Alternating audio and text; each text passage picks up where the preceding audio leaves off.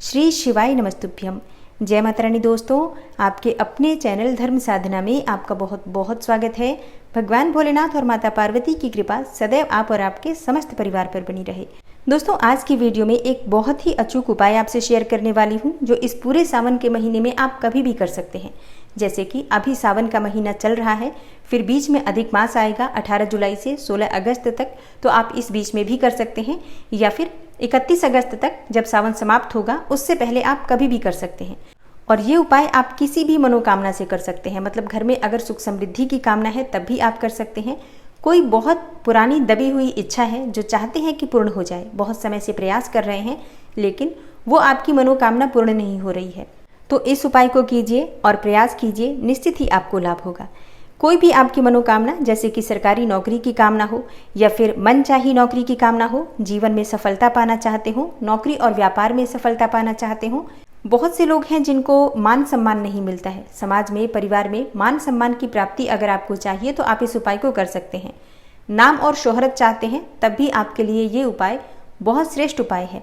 मतलब देखिए, स्कंद पुराण के अनुसार इस उपाय को करने से मन चाही कामना पूर्ण होती है। मतलब मन वांछित फल की प्राप्ति हो जाती है। आप जो भी चाहते हैं भगवान उस कामना को निश्चित ही पूर्ण करते हैं।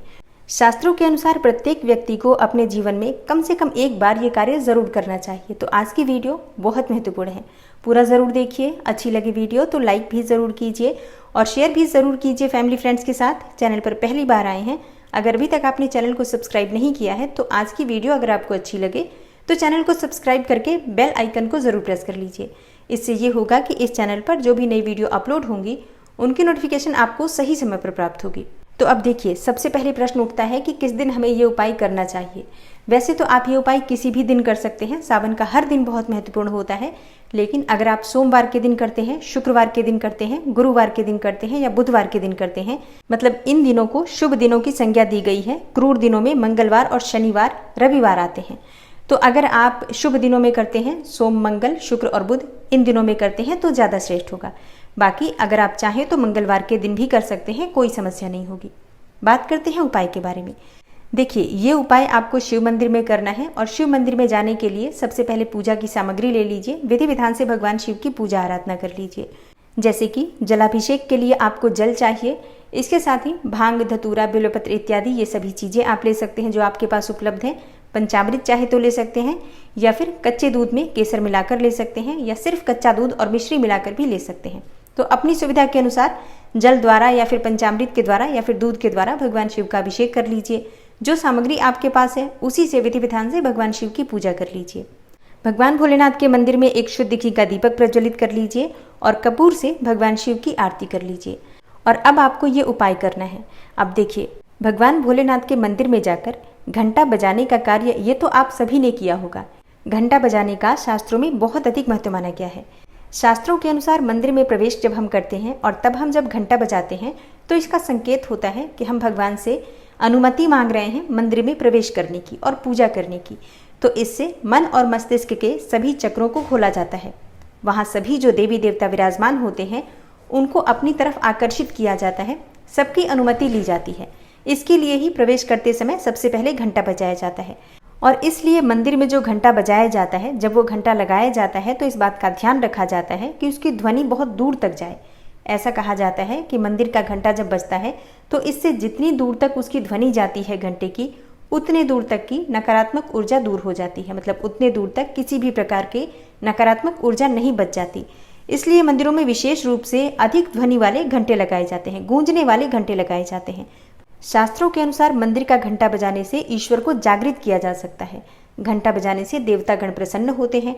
इसलिए शास्त्रों के अनुसार जब मंदिर में प्रवेश किया जाता है तो घंटा अवश्य बजाना चाहिए। इसकी तेज ध्वनि से शरीर के सातों चक्र बैलेंस हो जाते हैं। और जब हम मंदिर में जाकर पूजा आराधना करते हैं तो हम मन से बिल्कुल सात्विक भाव से पूजा करके भगवान से बहुत आसानी से जुड़ जाते हैं, क्योंकि हमारी इंद्रियां सक्रिय हो जाती हैं। मंदिर में प्रवेश करते समय जब हम घंटा बजाते हैं तो तन और मन पवित्र हो जाता है। जो भी हमारे साथ नकारात्मक ऊर्जा आती है, ऐसा कहा जाता है कि हर व्यक्ति के साथ नकारात्मक और सकारात्मक ऊर्जा हमेशा चलती है। तो जब हम कोई शुभ कर्म करते हैं तो सकारात्मक ऊर्जा हमारे साथ एक्टिव होती है और जब हम कोई गलत कार्य करते हैं तो नकारात्मक ऊर्जा हमारे साथ एक्टिव होती है। तो जब मंदिर में जाकर आप घंटे की ध्वनि करते हैं तो जो भी नकारात्मक ऊर्जा आपके आसपास होती है सब नष्ट हो जाती है। इसलिए मंदिर में जाकर घंटे की ध्वनि सबसे पहले की जाती है। इसके बाद मंदिर में प्रवेश करके और पवित्र मन से, पवित्र तन से भगवान की पूजा की जाती है। और हाँ, बहुत से लोगों के प्रश्न आते हैं कि क्या मंदिर से निकलते समय भी हमें घंटा बजाना चाहिए और इसका क्या मतलब होता है। देखिए, यदि आप मंदिर से निकलते समय घंटा बजाते हैं तो इससे आपका जो संदेश होता है, जो भी आपने मनोकामना धारण करके और भगवान की पूजा आराधना की होती है, वो सीधे भगवान तक पहुंचती है और तब आपकी मनोकामना बहुत शीघ्र पूरी हो जाती है। इसलिए मंदिर से निकलते समय भी घंटा बजाना चाहिए। तो घंटा बजाने के इतने सारे फायदे हैं जो मैंने आपको बताए, लेकिन क्या कभी आपने सोचा है कि जो घंटा आप मंदिर में जाकर बजाते हैं वो किसने लगाया होगा, और जिसने ये घंटा लगाया है तो उसे क्या फ़ायदा होगा। अब देखिए, ये बात बहुत ध्यान से सुनिए। जितने भी लोग मंदिर में जाकर घंटा बजाते हैं, आपने सुना कितना फ़ायदा होता है उस घंटे को बजाने से। तो इतने लोगों के मन को सुकून मिलता है, इतने लोगों की मनोकामनाएं पूर्ण होती हैं जो लोग भी उस घंटे को बजाते हैं। उतने लोगों का तन और मन पवित्र हो जाता है जितने लोग भी उस घंटे को बजाते हैं। और जितनी दूर तक उस घंटे की ध्वनि जाती है उतनी दूर तक की नकारात्मक ऊर्जा भी दूर हो जाती है। तो जो लोग भी मंदिर में पूजा करने के बाद या पूजा करने से पहले घंटी बजाते हैं, उनकी पूजा का कुछ फल उस व्यक्ति को भी प्राप्त होता है जिसने वो घंटा बांधा होता है। और इसी प्रकार से सबके द्वारा किए हुए पुण्य कर्म जो होते हैं उसमें से कुछ हिस्सा उस व्यक्ति को जरूर मिलता है।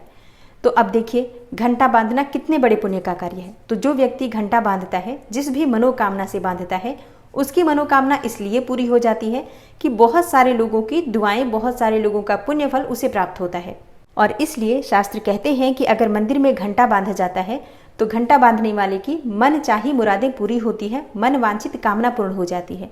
तो अगर आपकी कोई भी विशेष मनोकामना हो जो आप चाहते हैं कि बहुत शीघ्र पूर्ण हो जाए, या फिर आप निष्काम भाव से सिर्फ भगवान शिव की कृपा की प्राप्ति के लिए, पुण्य फल अर्जित करने के लिए और भगवान शिव के सेवकों में, उनके दासों में, उनके कृपा पात्र में शामिल होने के लिए किसी मंदिर में इस सावन के समाप्त होने से पहले एक घंटा अवश्य बांध दीजिए। अब ऐसा नहीं है कि सावन के बाद आप घंटा नहीं बांध सकते हैं, किसी भी महीने में बांध सकते हैं, किसी भी दिन बांध सकते हैं। लेकिन सावन का महीना जो कि अत्यंत श्रेष्ठ फल देने वाला माना गया है, इस महीने में कोई भी शुभ कार्य किया जाता है, कोई भी पुण्य कार्य किया जाता है तो उसका फल कई गुना होकर आपको प्राप्त होता है। तो आपके घर के आसपास कोई भी शिवालय है तो वहां जाकर एक घंटा बांध कर आइए। लेकिन जैसा मैंने कहा, घंटा अच्छी क्वालिटी का लीजिए जिसकी ध्वनि दूर दूर तक जाए। देखिए, जैसा मैंने आपको शुरू में ही बताया, शास्त्रों के अनुसार अच्छी ध्वनि वाला घंटा, मतलब दूर तक ध्वनि करने वाला घंटा श्रेष्ठ माना जाता है। मतलब जितनी दूर तक उस घंटे की ध्वनि जाती है, जितने लोगों के कानों में वो ध्वनि जाती है, उतना ही श्रेष्ठ फल आपको प्राप्त होता है। तो प्रयास कीजिए एक अच्छी क्वालिटी का घंटा अपने घर के आसपास किसी मंदिर में बांधकर जरूर आइए इस सावन में। और हाँ, अगर आपकी इतनी सामर्थ्य नहीं है कि आप महंगा घंटा यानी कि बड़ा घंटा बांध सके, तो एक छोटी सी घंटी भी किसी मंदिर में अवश्य बांध दीजिए। मंदिर में दान कर दीजिए पुजारी के पास, जो कि आरती करते समय बजाते हैं। अगर आप वहाँ पर भी कोई घंटी दान करते हैं छोटी सी, तो उससे भी आपको उसी फल की प्राप्ति होती है, क्योंकि सामर्थ्य के अनुसार दान का महत्व बताया गया है। अगर आपकी सामर्थ्य नहीं है कि आप कोई बड़ा घंटा दान कर पाते हैं, तो ऐसे में अपनी सामर्थ्य के अनुसार छोटी सी घंटी भी किसी मंदिर में अवश्य दान कीजिए। और हाँ, इसके अलावा भी शिव मंदिर में सावन के महीने में बहुत सारी चीज़ें दान की जाती हैं, बहुत सारी चीज़ें चढ़ाई जाती हैं। अगर आप लोग ये जानना चाहते हैं कि इस महीने में कौन सी चीज़ का दान करने से किस फल की प्राप्ति होती है और कौन कौन सी चीज़ें इस महीने में हमें दान करनी चाहिए, तो कमेंट बॉक्स में अपने प्रश्न अवश्य लिखिए। तो जल्दी ही मैं आप सभी के लिए इस विषय पर भी वीडियो अपलोड कर दूंगी। उम्मीद करती हूँ दोस्तों, आप सब इस चैनल पर अपलोड होने वाली सावन मास महात्मा और शिव पुराण की कथाएं अवश्य ही सुनते होंगे। लेकिन अगर अभी तक आप नहीं सुन पाए हैं तो उस वीडियो को भी ज़रूर देखिए। प्रतिदिन आपको इस चैनल पर शिव पुराण और सावन मास की कथाएं सुनाई जाती हैं। अगर आप लोग सुनते हैं सावन के महीने में, तो भगवान शिव की विशेष कृपा आपको प्राप्त होती है। और इसी प्रकार की तमाम जानकारियाँ जो कि व्रत और त्योहारों से संबंधित होती हैं, सभी व्रतों की कथाएं और सभी व्रतों की सही जानकारी सही समय पर आपको इस चैनल पर प्राप्त होती है। तो सभी जानकारी समय पर आपको प्राप्त हो, इसके लिए चैनल से जुड़े रहिए। मिलती हूँ मैं आपसे अगली वीडियो में, तब तक के लिए नमस्कार।